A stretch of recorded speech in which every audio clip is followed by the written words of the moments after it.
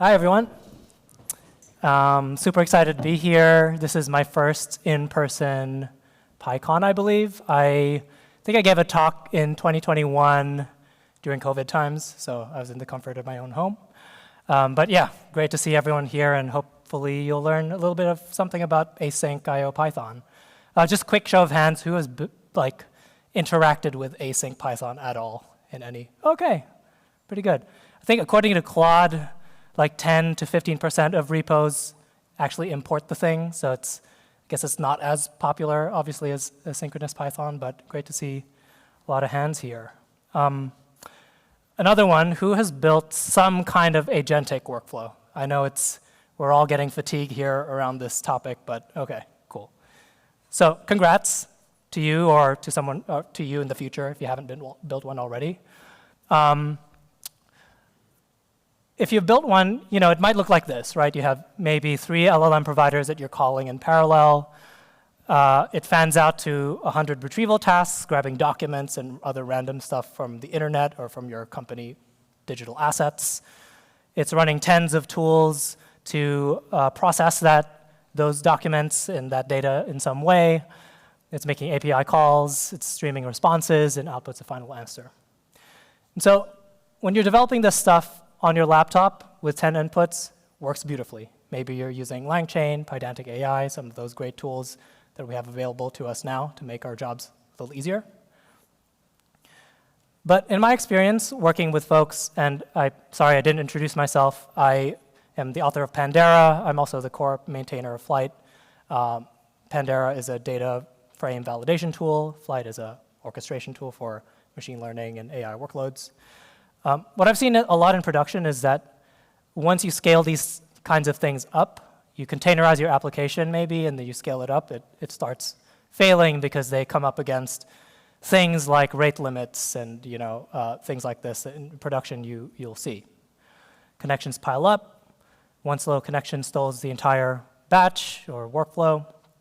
An out of memory in a tool call kills the entire process. You can't, have backpressured work, and so your entire thing just kind of gets backed up. And I want to just hearken to the previous generation of ML workflows. Maybe you're training models, right? And you'll see a lot of similar types of problems when you deploy these things in production and you scale things up. And hearkening to an even earlier era of ETL, when you're processing data, you'll see very similar problems of a similar shape. Maybe the details are slightly different on what types of database connections and what kinds of things you're connecting to. So you're maybe in an organization, you're in a team, and you reach for a framework. And this framework kind of imposes a domain-specific language, or DSL, on top of you. You might have a collection of scripts you want to connect together, and this framework says you must write your workflows in YAML or in some special weird subset of Python. I know this because the version 1 of Flight did this. And someone in your team might say Python is enough to express what we want out of this production workload. This orchestrator will help us. And in this talk, I want to push back on that instinct. Not all the way, but I just want to get you thinking that maybe async.io is all you need, with a sprinkling of some other stuff that I'll talk about. So the reframe here is that production AI workflows are effectively dynamic execution graphs of weights, where weights are just compute happening elsewhere, where the main thing that you're coordinating is just waiting around. And if you're sequentially calling something, you're waiting around for a long time. So in this case, the shape of the graph may depend on inputs or intermediary outputs of the thing you're running. So you can't do a static DAG anymore.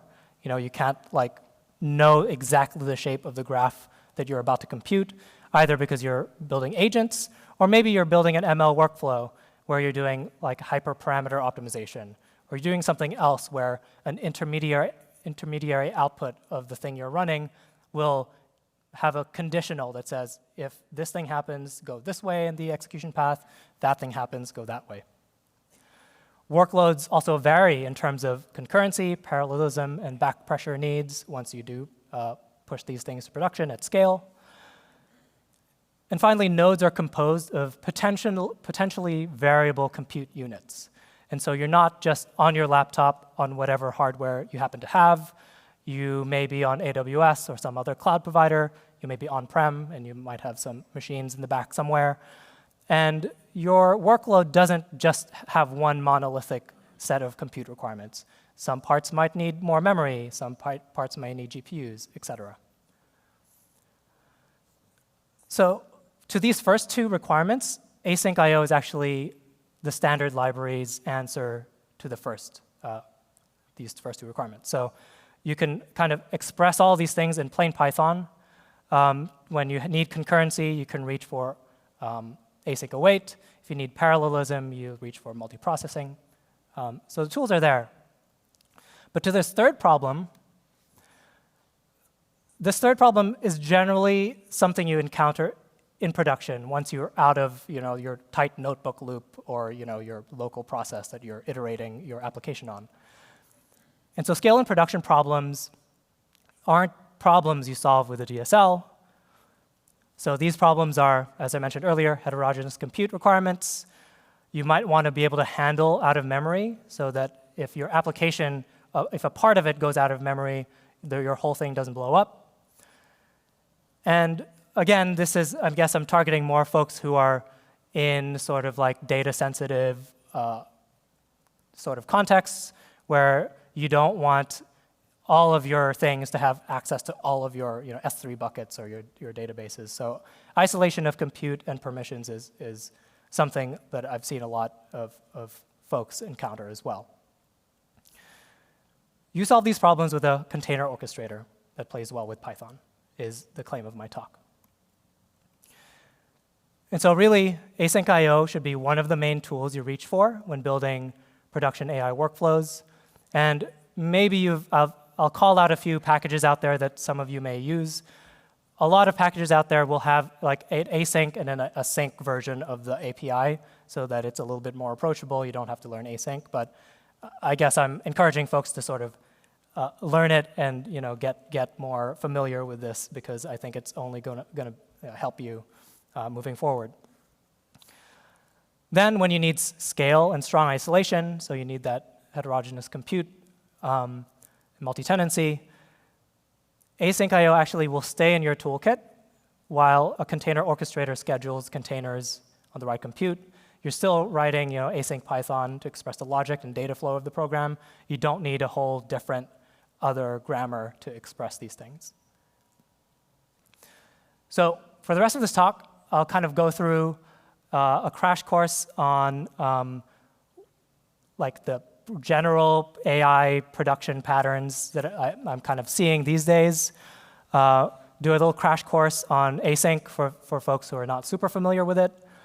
Then I'll talk about containers as the isolation boundary to enable sort of arbitrary scaling, handling of all sorts of things that may go wrong in production, and give you a case study of Flight, the version 2 of it, which actually I would consider as a reference implementation of these things. It's an open source project. You can go check it out and noodle around with it. But really, the core ideas here are I want everyone to start thinking about Python, async Python, and then some sort of set of configurations that some backend will take to take that work and run it elsewhere out of your laptop. So production AI is a graph of weights. And so I'll just cover really quick 3 coordination stories where that cover sort of like the span of the things that I've seen the kind of data science and machine learning and now AI space. I guess titles are a funny thing, and my title has changed throughout the years, but I've at some point worked in these 3 kind of patterns where you have agentic workflows, which are basically LLMs in a while loop doing tool calls and doing a bunch of other things, and you have to write a bunch of glue code. If you're writing a agentic loop on your own and you're not using a framework, there's actually a lot of code you need to write to handle sessions and retrieval calls and tool calls, API invocations, and all these things. And In classical ML, with training and batch inference and hyperparameter optimization, you have to deal with right-sizing compute, model throughput, fair resource sharing of maybe a common GPU pool or CPU pool, things like this. And ETL, when you're dealing with warehouses, data lakes, and data streams, throughput is governed by I/O, fan-out, and backpressure, not how fast your for loop runs. So going back to these two pieces, right? So coordination of the data flow and the overall logic of your application is one piece, and compute isolation and provisioning is the other piece. And I'm going to argue that on the top here you have Python and its standard library and the ecosystem of libraries on top of it that allow us to express a lot of nice things in dynamic Python land. And the bottom here you have some kind of container orchestrator.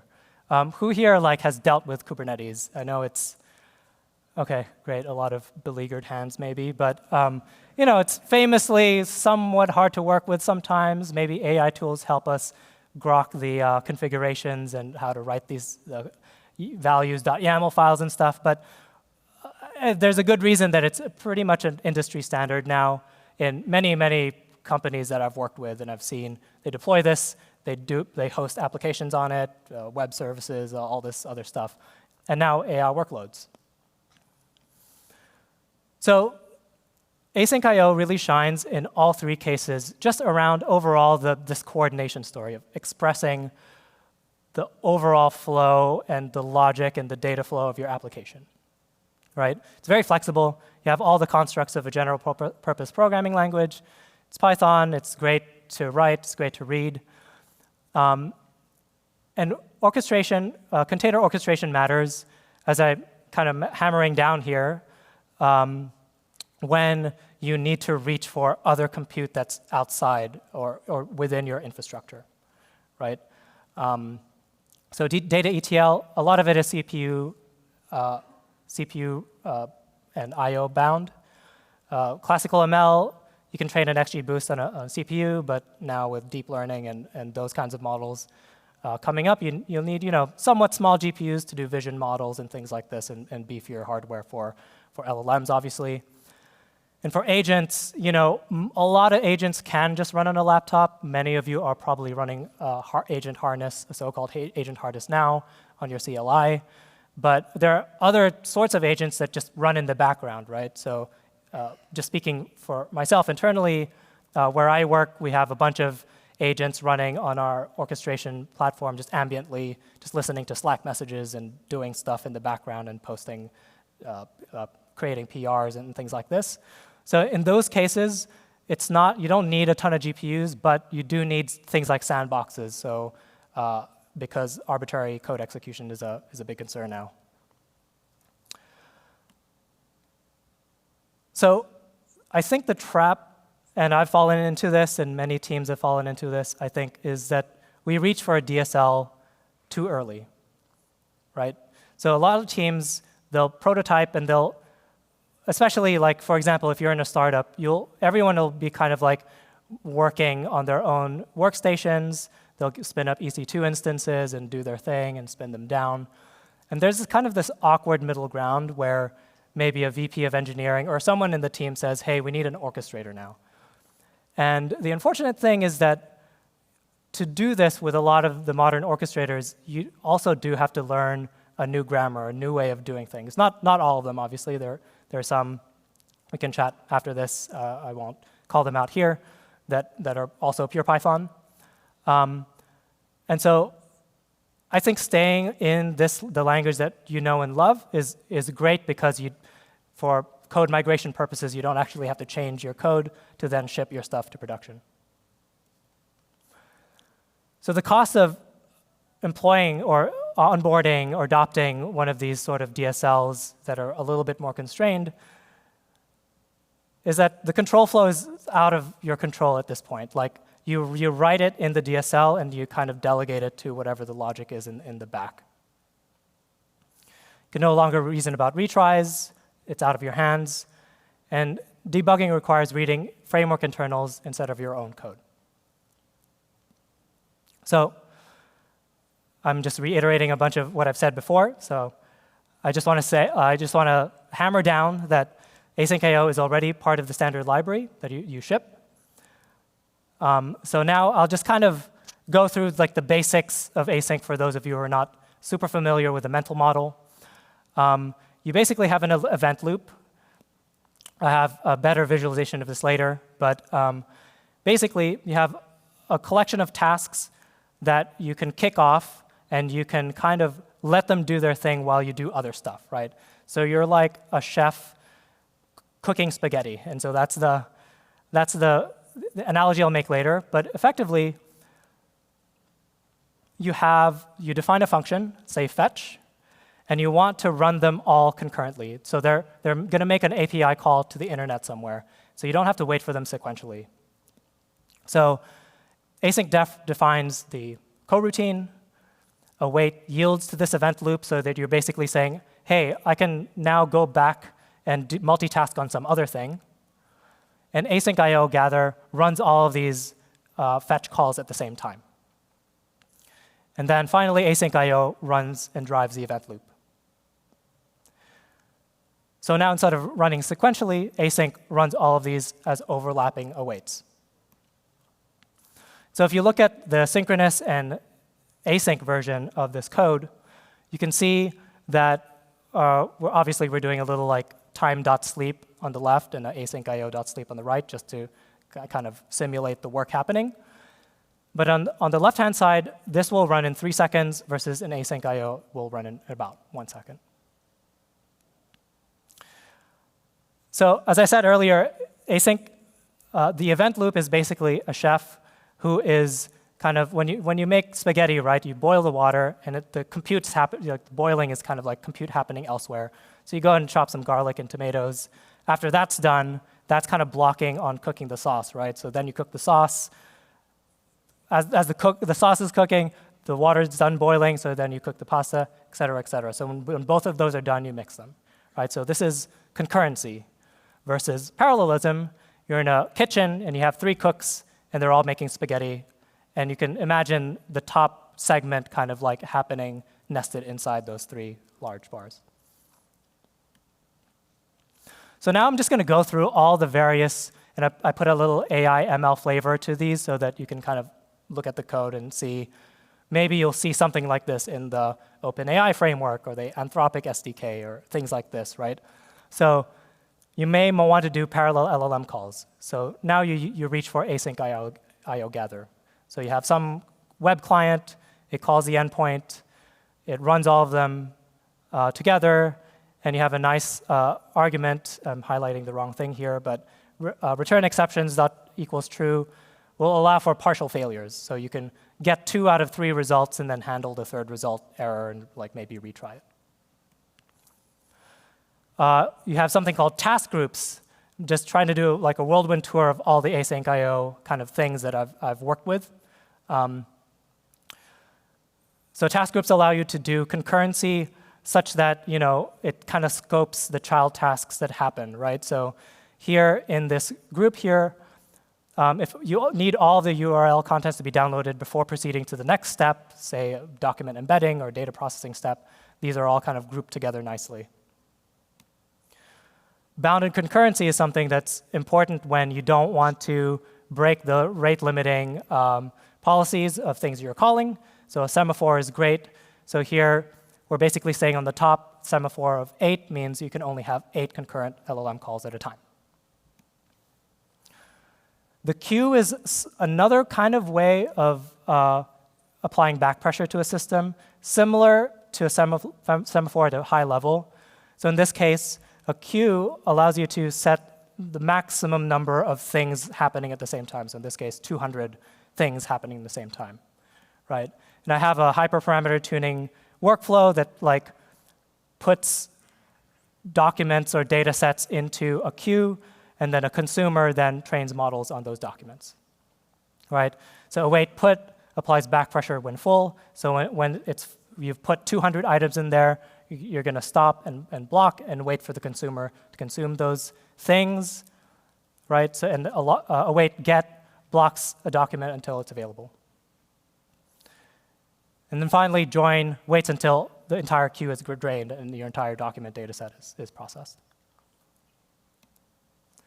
Asyncio timeout is a nice way to sort of bound, for example, an API call and put the retry logic in your control. So here we're saying, I want to time out after 30 seconds this API provider call. And so maybe you have some application requirements that say API calls should move on or retry after 30 seconds, and I don't want to block the rest of my application waiting for this thing to happen. And I have like some fallbacks maybe if this thing fails. For streaming, you have async 4. This is a nice little construct.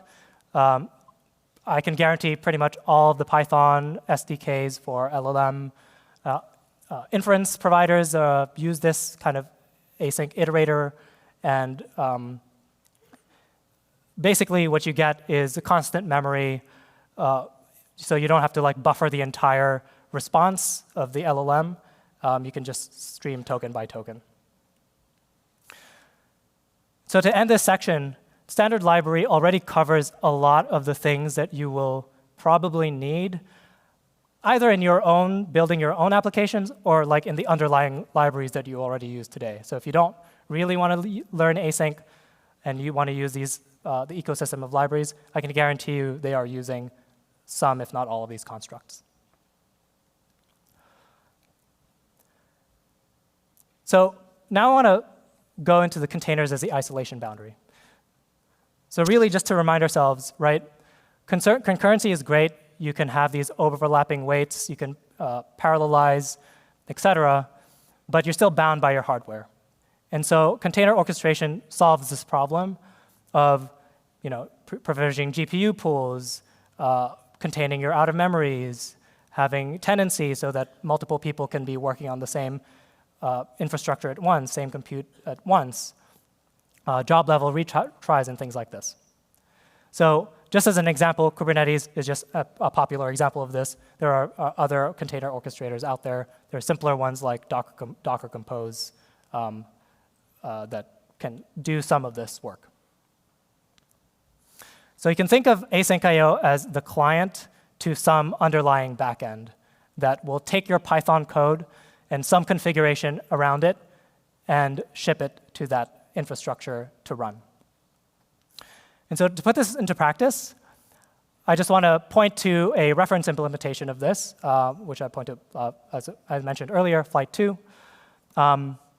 Basically, if you consider this code, right, you have a predict function and a main, and you're passing some data through it. You're using asyncio gather to do so this is like kind of lightweight batch inference.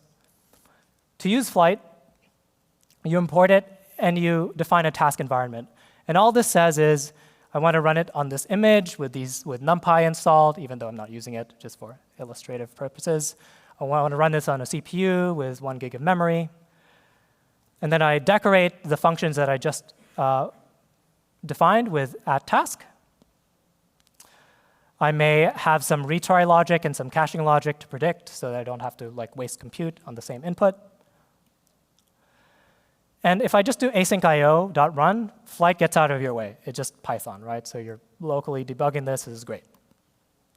To run this on a Flight cluster, I'll show you later. You point it, you say flight.init, you point it to some a backend running. There's actually a local dev box you can use to test this out. You say flight.run. Flight gets out of the way. And if you run this locally, on a TUI, we have a nice little TUI. Thing just ran super quickly because we're just adding and multiplying some integers. But on the Flight dev box, you can see that this is actually running. I ran this on the laptop I'm using present right now. This is running a little mini K3s cluster on my laptop. And this provisioned basically 10 Kubernetes pods on that cluster, ran the predict functions, and you can see them sort of running in parallel here. Obviously, my laptop doesn't have a lot of juice, so it can't process all of them at once. So you can see kind of jobs being picked up, like roughly 3 or 4 at a time, and then more picked up after that. So Flight 2 at a high level is on the left side, you have your Python functions and some Flight config. You can run them locally in the bottom, right? and that just runs in your Python process. There's a whole type system that Flight actually looks at your Python type hints to understand how things should be serialized. So we'll use a local file system for files and directories that you write. But if you run this on a remote Flight cluster, it kind of abstracts everything away from you. So you have a run, which is basically your main entry point function, and then what we call actions that are just subtasks that are run underneath that parent task, right? So all the predict functions. And because these run on containers, you have to solve some other problems that you kind of have to trade off, like how do you pass state, right? As I mentioned earlier, if you know the type hints, you know the data structures that you're passing in and out of these tasks, so you just use a blob store to serialize that stuff, right? So S3, min.io, restfs, if you want to be fast. And so I don't want you to read this entire code snippet. I just want to show you this is the actual Flight code base, right? So we're using task groups and queues to basically coordinate how runs and actions are kicked off. And this is all abstracted away from the user. All you have to do is write those decorators and compose your tasks as usual, your Python functions as usual. So this is the controller's job. The remote controller, which inherits from controller, basically uses semaphores and this other library, AIO limiter, to implement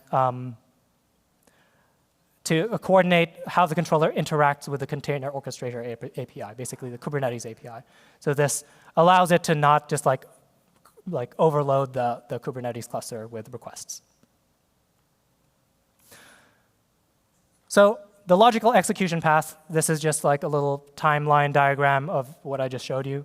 You start in your async task.